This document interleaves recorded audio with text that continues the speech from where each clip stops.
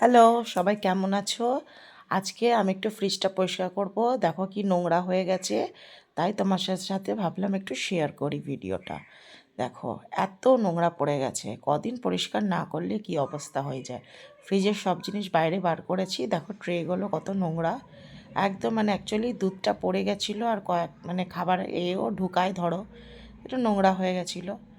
যতই হোক খাবারের জিনিস তো একটু পরিষ্কার না রাখলে তো এরকম হবেই। তো আজকে শনিবার ছুটি ছিল, তো এটা পরিষ্কার করতে লাগলাম।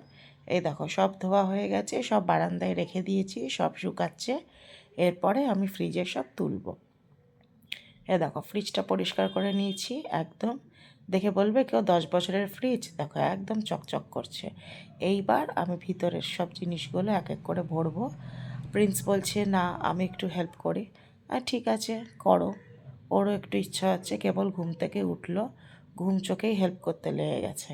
কি সুন্দর করলো দেখো। একদম ফ্রিজটা নতুন হয়ে গেছে, কি ভালোই লাগে না ক্লিন করার পর জিনিস ইউজ করতে। দেখো এবার খেলা করতে লেগে গেছে, খুব মজা পেয়েছে, বলছে এরকমই ফ্রিজ খুব ভালো লাগছে, দারুণ লাগছে তাই বলছে।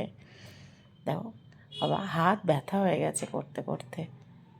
সবই ধরো ফাইবারের তো খুব যত্ন করে করতে হয়, কাচেরও আছে, নাহলে একটু এদিক থেকে ওদিক হলেই ভেঙে যাবে।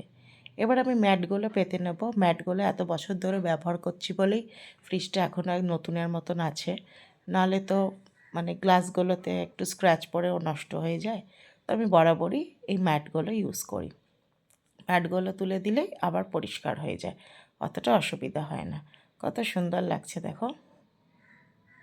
এরপরে আমি আস্তে আস্তে যা যা ফ্রিজে রাখার সবজি খাবার যা যা আছে বাইরে, সেগুলো আমি তুলে ফেলবো। এই যে আমার কাজটা কমপ্লিট হয়ে গেল, দেখো কত সুন্দর লাগছে। তাও একটু তাড়াহুড়োতে করলাম, আর একটু ধৈর্য ধরে করলে হয়তো ভালো হতো, আর পারলাম না। ঠিক আছে, আবার দেখা হবে ভিডিওর সাথে, ভালো থেকো।